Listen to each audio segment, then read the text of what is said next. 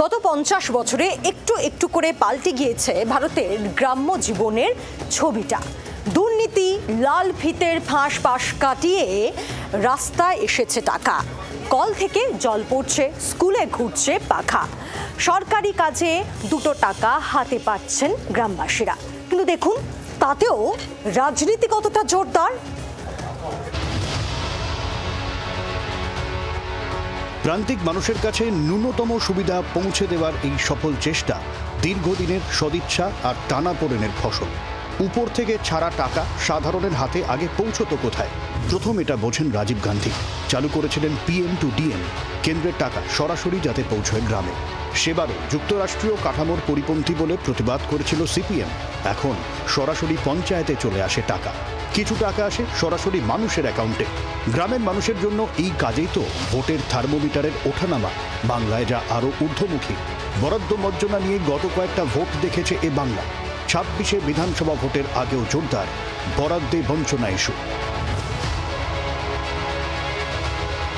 2014 সালে দিল্লির মসনাদে বসার পরেই প্রধানমন্ত্রী নরেন্দ্র মোদী সব সাংসদকে অনুরোধ করেছিলেন নিজেদের নির্বাচনী কেন্দ্রে একটি করে গ্রাম দত্তক নিতে। সেটিকে সাজিয়ে গুছিয়ে আদর্শ গ্রাম বানিয়ে তোলার অনুরোধ করেছিলেন মোদী। সে কাজ কতটা হয়েছে তাতে দলেই রয়েছে সন্দেহ। আর এখন সেই গ্রামের কাজ নিয়েই জোর তরজা। গত কয়েক বছর ধরে রাজ্যের অভিযোগ, একাধিক ক্ষেত্রে কেন্দ্র বরাদ্দ আটকে রেখেছে। পাল্টা কেন্দ্রের অভিযোগ দুর্নীতির। ফের 26-এর আগে বরাদ্দ রাজনীতির তাওয়া গরম হচ্ছে বঙ্গে, যার আঁচ পড়েছে সংসদে। মঙ্গলবার কেন্দ্রীয় বরাদ্দ নিয়ে কেন্দ্রের গ্রামোন্নয়ন মন্ত্রী শিবরাজ সিং চৌহানের বিরুদ্ধে ক্ষোভে ফেটে পড়েছিলেন তৃণমূল সাংসদরা। পাল্টা সুর চড়িয়েছে বিজেপিও।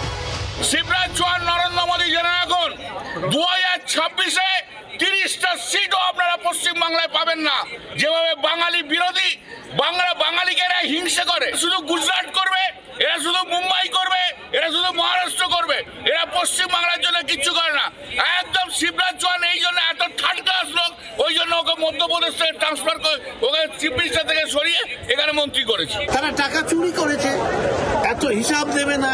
কেন্দ্র সরকারের টাকা, যে কোনো গভর্নমেন্টে জনতার হিসাব নেওয়া উচিত। আর হিসাব চাইলেই তারা হিসাব দেবেন না, তাই হিসাব না দিলে টাকা দেওয়া কাউকে উচিত না। বরাদ্দ বঞ্চনার এই অভিযোগ আজকের নয়, বছর শুরুতেই মুখ্যমন্ত্রী এই নিয়ে সুর চড়িয়েছিলেন। আর দুর্নীতির অভিযোগে অনড় গেরুয়া শিবির। 100 দিনের কাজ কেন্দ্রীয় সরকার বন্ধ করে দিয়েছে। গ্রামীণ রাস্তার কাজ কেন্দ্রীয় সরকার বন্ধ করে দিয়েছে। আবাস যোজনা কেন্দ্রীয় সরকার বন্ধ করে দিয়েছে। আমরা যতটুকু রাস্তা পারছি করতে, পথশ্রী পরিকল্পনার মধ্যে দিয়ে আমরা প্রায় লক্ষাধিক রাস্তা করে দিয়েছি গ্রামের। মদ বিক্রির টাকা আছে, দিন না, ক্ষতি কিছু নেই। আমরা তো টাকা ঢোকানোর বিরোধী নই, চোরেদের জেলে যাওয়ার পক্ষে আমরা। যারা 100 দিনের কাজ না করে, পুকুর না কেটে যারা লুট করলেন হাজার হাজার কোটি টাকা, আমরা তাদের জেলে দেখতে চাই। 21,000 মদ দোকানের অর্থ, এই অর্থে তিনি কোথায় বিলাবেন ভোটের আগে তো আমাদের জানার দরকার নেই। যদিও দুর্নীতির অভিযোগে দোষী সাব্যস্ত হননি এখনো কেউ, ফলে এই দরজাই সার। প্রশাসনের টাকার দিকে তাকিয়ে থাকেন যে গরিব মানুষগুলো, তারা অপেক্ষায় কবে থামবে এই বরাদ্দ রাজনীতি। ব্যুরো রিপোর্ট, জি 24 ঘন্টা।